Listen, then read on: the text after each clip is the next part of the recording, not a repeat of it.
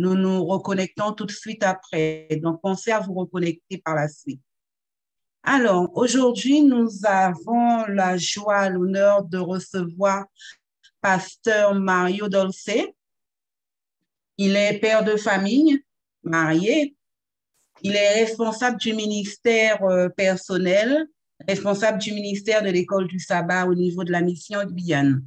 Ce n'est pas sa première intervention sur le Zoom du 24/7 de la Chambre haute. Il est un habitué et nous lui souhaitons la bienvenue. Je pense que ça ne sera pas la dernière non plus.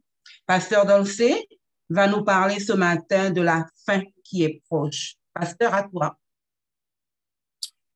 Oui, bonjour à tous et merci pour cet accueil. La fin est proche et nous avons bon nombre de signes pour nous le dire. Nous ne reviendrons pas sur tous ces signes, mais nous voulons ce matin considérer ce qui est attendu de nous en ces temps de la fin. L'hymne 212 du recueil de chants, hymnes et louanges déclare les paroles suivantes. Annonçons partout le dernier message du Seigneur Jésus revenant des cieux. Dans le monde entier, rendons témoignage au Roi saint et glorieux. Annonçons partout le dernier message.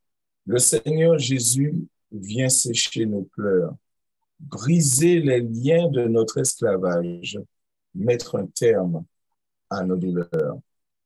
Annonçons partout le dernier message. Bientôt, nous verrons la sainte cité.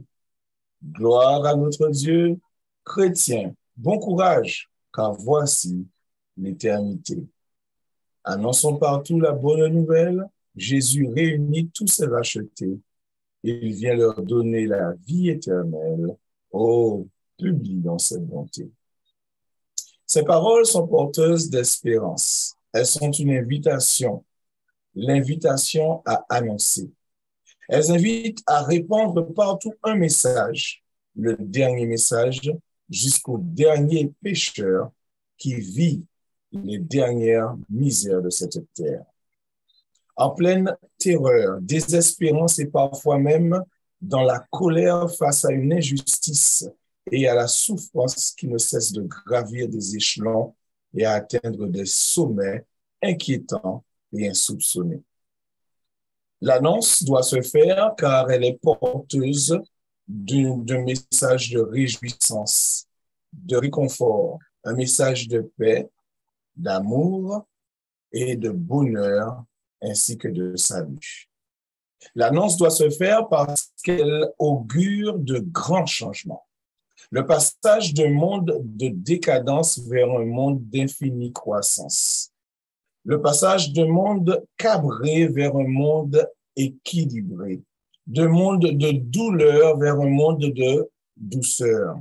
D'un monde d'insécurité à un monde de sérénité.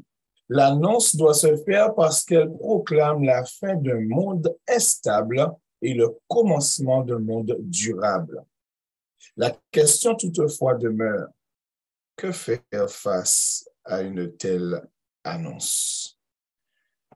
L'apôtre Pierre nous propose une réponse à cette question.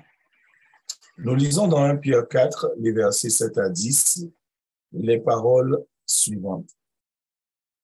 La fin de toute chose est proche. Soyez donc sages et sobres pour vaquer à la prière. Avant tout, ayez les uns pour les autres une ardente charité, car la charité couvre une multitude de péchés. Exercez l'hospitalité les uns envers les autres, sans murmure. Comme de bons dispensateurs des diverses grâces de Dieu, que chacun de vous mette au service des autres le don qu'il a reçu.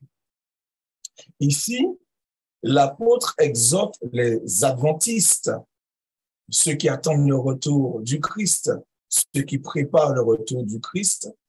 Il exhorte les adventistes à une démarche consciente, réfléchie, mais déterminée. Il soulignera 3 domaines fondamentaux que tout adventiste se doit de cultiver en vue du grand jour de Jésus-Christ. Premièrement, il exhorte à être sage et sobre.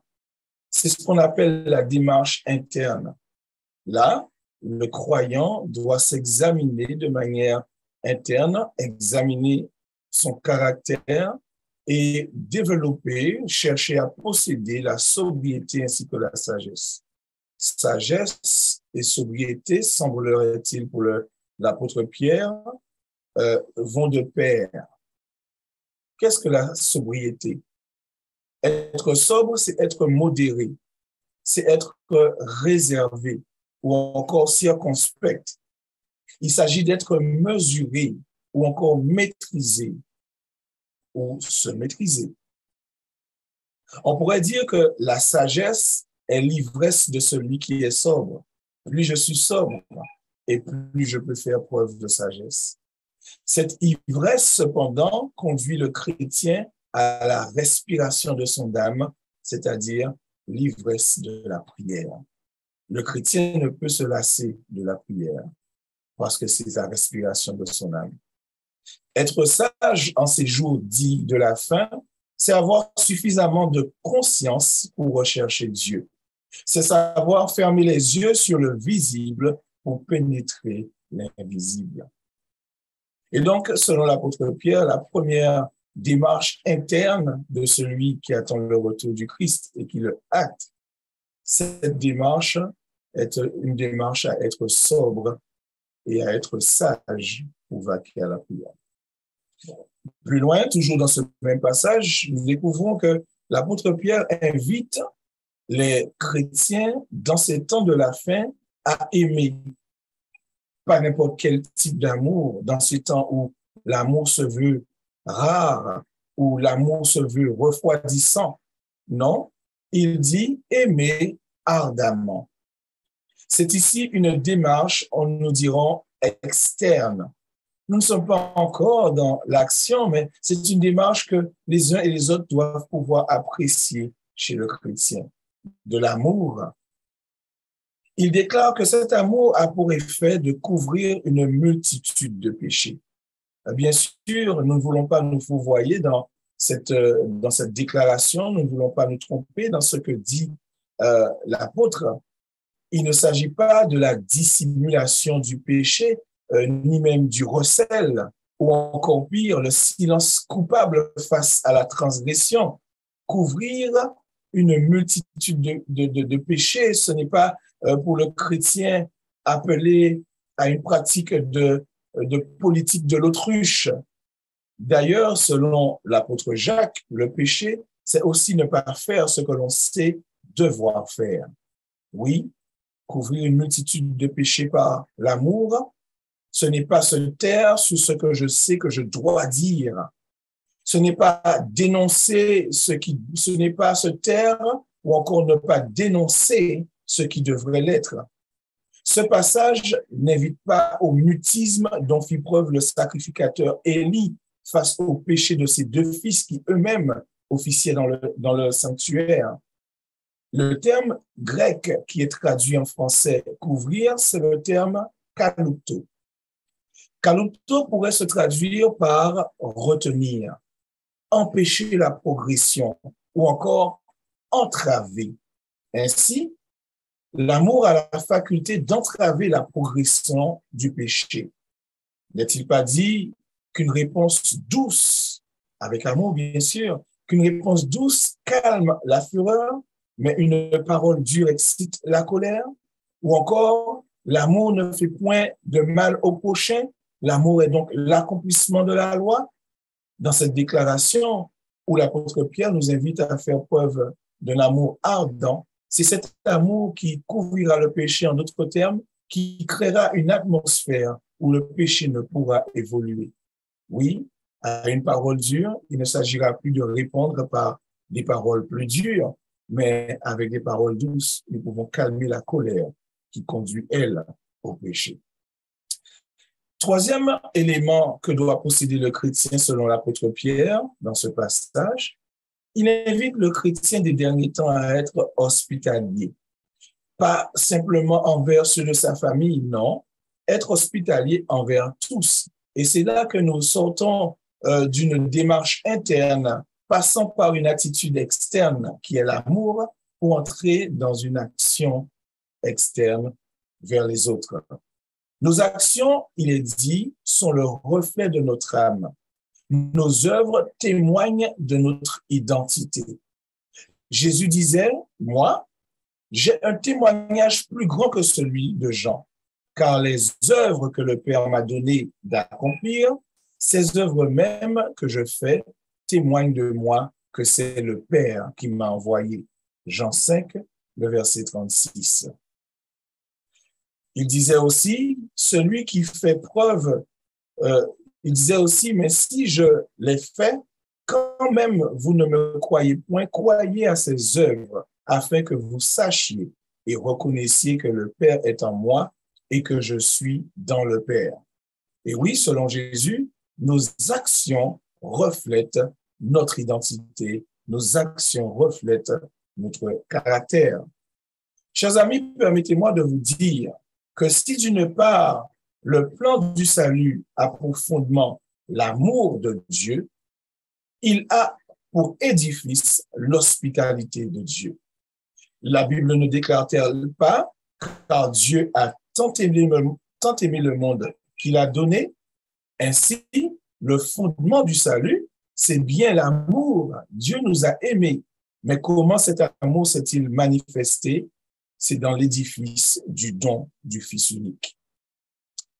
En conclusion, l'apôtre termine en mettant un accent particulier sur la mise à disposition de toute ressource de Dieu, reçue de Dieu, au service de nos semblables. Le don reçu de Dieu ne doit, en d'autres termes, être enterré ni caché, comme ce fut le cas pour ce serviteur qui enterra son talent, le talent de son maître. Le don que nous recevons de Dieu ne peut être enterré, mais il doit être mis à la disposition de nos semblables. Nous pouvons établir une liste complète de toutes les recommandations qu'il pourrait faire à l'Église. L'apôtre termine en révélant l'ampleur du service qu'offre le chrétien à ses semblables. Il dit, quel que soit le don que vous avez reçu, mettez-le au service de l'Église, mettez-le au service des hommes en vue du salut. C'est dans ce service que nous refléterons au mieux l'image de notre Seigneur et Sauveur Jésus-Christ. Enfin, nous lisons dans Événements des derniers jours, aux pages 108 à 110, ces quelques paroles tirées de la plume inspirée. Le Christ languit de voir sa manifestation dans l'Église. Lorsque le caractère du Christ sera parfaitement reproduit dans son peuple, alors il reviendra pour réclamer comme le sien propre. C'est le privilège de tout chrétien non seulement d'attendre, mais de hâter la venue de notre Seigneur Jésus-Christ. Si tous ceux qui portent son nom portaient du fruit à sa gloire, comme le monde serait vite ensemencé de la semence de l'Évangile, la dernière moisson serait vite récoltée et le Christ viendrait réunir le précieux grain. Enfin, il nous a donné le pouvoir, par notre coopération avec lui, de provoquer la fin de ce monde de misère. Chers amis, la fin est proche, mais il nous incombe de la provoquer. La fin est proche, donc annonçons partout le dernier message en 3 mots: sanctification, amour et service. Le jour du Seigneur viendra comme un voleur en ce jour. Les cieux passeront avec fracas. Les éléments embrasés se dissoudront et la terre avec les œuvres qu'elle renferme sera consumée.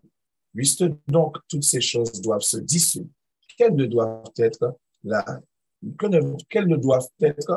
sainteté de notre conduite et notre piété, tandis que nous attendons et attendons le jour de Dieu, à cause duquel les cieux enflammés se dissoudront et les éléments embrasés se fondront. Mais nous attendons, selon sa promesse, de nouveaux cieux et une nouvelle terre où la justice habitera.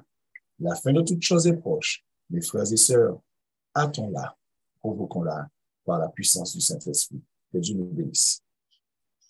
Amen.